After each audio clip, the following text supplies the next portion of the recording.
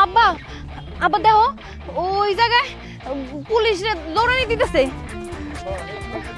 চলো তো যাই, চলো চলো।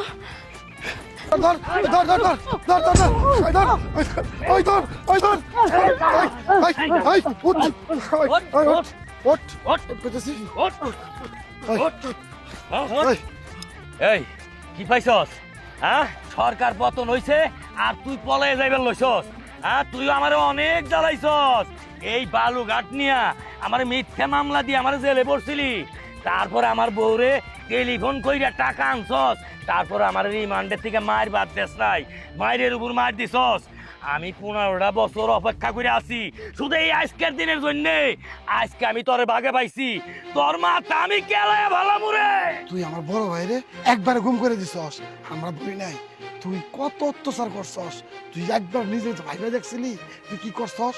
নিজে সরকারের ক্ষমতায় ছিল বইলা যা খুশি তাই করছস। প্রত্যেকটা নিরীহ মানুষের উপর তুই অত্যাচার চালাইছস। তোর তো আমরা ছাড়বো না, অনেক কষ্ট করে তোরে ধরছি। এই 15টা বছর আমরা খুবই দুর্দশায় খুবই কষ্টে কাটাইছি। আমাদের কাছে এই অস্ত্র আমরা তুলে নিতে বাধ্য হয়েছি। এই বাবু, আমি ওরে এনেই ভালাই দিমু। ভাই ওরে এনে না, ওরে ভালো করে সাইজ করতে হইব। আসলে আমি যা করছি আমার নিজের বুদ্ধিতে করি নাই, আমি সব উপর মহলের চাপে করছি। আপনার আমার মাফ করে দেন, আমি আর এই সমস্ত কাজ করুন না, আমার মাফ করে দেন। এই তোর কাছে আমি অনেক মাপ চাইছি, হাতে বাই পর্যন্ত তোরে দইরে আমি কান দেয়া বংলা বহাই দিছি। তারপরে তুই আমার মাফ করস নাই, তোরে আমি আজকে মাফ করুম। ওরে আমি এই মাটির মধ্যে গাইয়া ফেলামু। খবরদার, কেউ আগে